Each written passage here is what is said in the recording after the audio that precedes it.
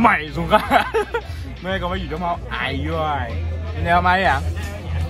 มาอาบเดินทุกวันเนาะแต่มากินของร้ายไอ้เนี่ยมากินของร้าย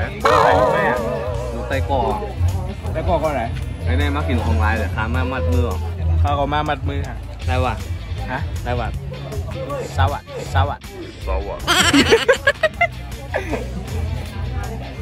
ก็ไหนได้กินไว้บ่อยว่ะตบคู่ฮะตบคู่ very good ก็แม่เขาก็เด็กเขาว่าเองเหรอมัดมือเป็นรวนเขากินกับมอก500หอยมัดสวัสดิ์เดี๋ยวลาไปแจ้งในหมูนายอ่ะไม่รู้ครับสวัสดิ์กำไม่ได้ก่อนกำไม่ได้ออกมาเลยไปกว่าตั้งกินอันดับหนึ่งต้องปีไอหน่อย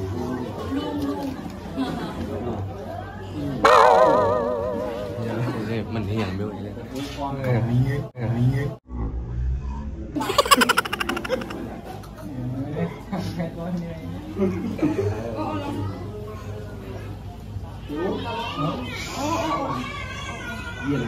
xong rồi mình dừng mất rồi á mình mất phải 5 thôi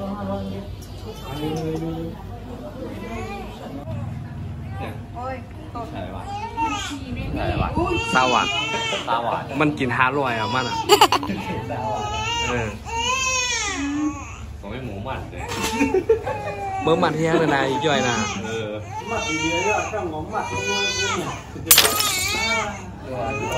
วัยย่อยเมื่อมัดเมื่อแบบวัยอ่ะต้องไหวกันนะย่อยมาเห็ดขิมเนี่ยมาเนี่ย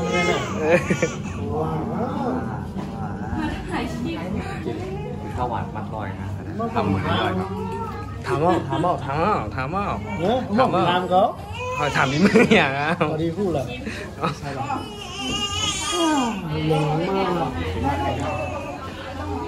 ไอ้ใช่ไอ้ย่อยอ่ะมันมาไปย้อนเงินเป็นตั้งนานไหนอ่ะเศร้าอ่ะแถวกันมั้ง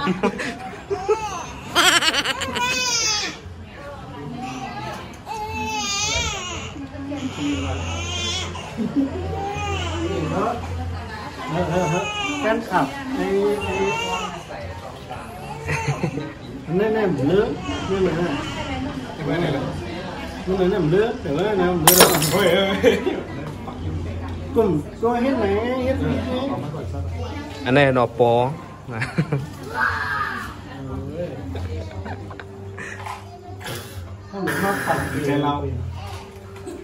แค่เศร้าหวานเอามาอยู่กินวันน่ะมากอันนี้แค่เศร้าหวานได้ย่อยอันนี้ไม่ย้อนไผ่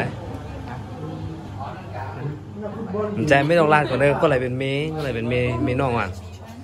ก็เลยเป็นเมย์น้องอ่ะไหนวะก็แน่แล้วน่ะมัดแม่มาไม่ต้องถ่ายแม่มันอยู่ตรงนั้นมัดแม่โอ้ยไม่ใช่เอาร้องไห้ทำไมครับพอแล้วย่อยเหมือนมาเราว่าน้องนำหน้าไม้เอาเนี่ยไม้เลยเนี่ยมาเลย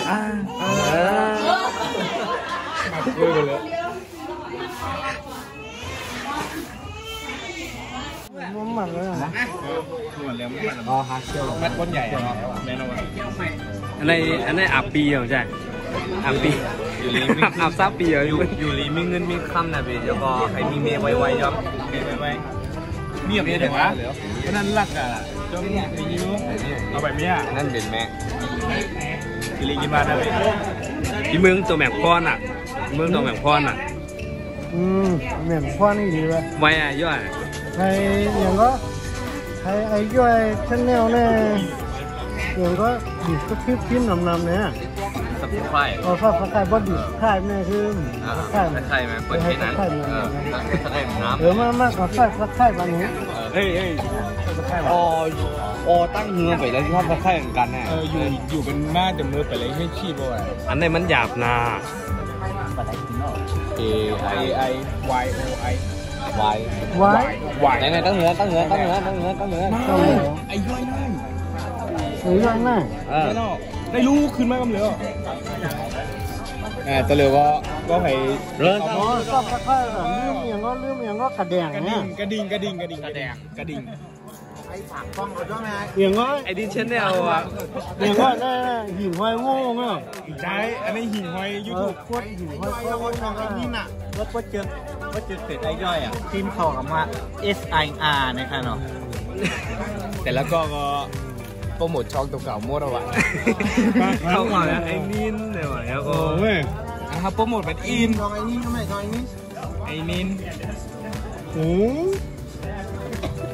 ก็ช่อง สำคัญเนี่ยเจ้าตัวมานี่ใครตาม กำเนาะแน่ว่ะแน่ เนี่ยไอ้ขิวจ้าหมักคาโต๊ะขาดเนี่ย เนี่ยอันนี้เลยนั่งกินพูด อัน เล นี้ ย ก็กดอ่ะ นั่งกินพูดเลยนะ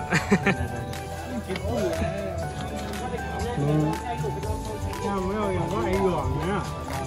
ไอ้หยองใครอ่ะไอ้หยองอ่ะไอ้หยองไผ แน่ยองอ่ะ ครับ มันเนี้ยวไอ้ยอง ไอ้หยองนี่ฮะเมื่อกี้เปิดน้ำฝกมันดูอย่าง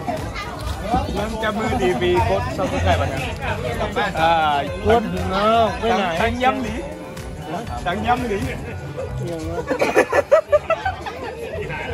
เราทำไมไม่ไหน เจ๊มั่มจะมาเจ๊กดจอมเนี่ยนะฮะ อ๋อนี่นะย่ำเดียวเนาะ ยำเลียวฮะ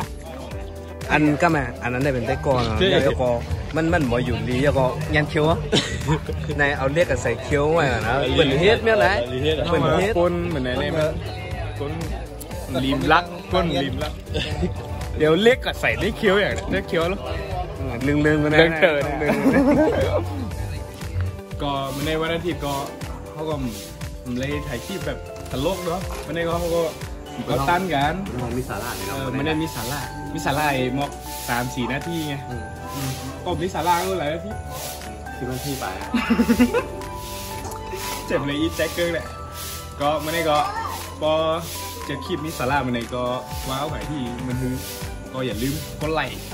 ก็แชร์ กด subscribe ปั่นไปย่อยที่ กดหิ่งจ้อง จริง ไม่สุขะ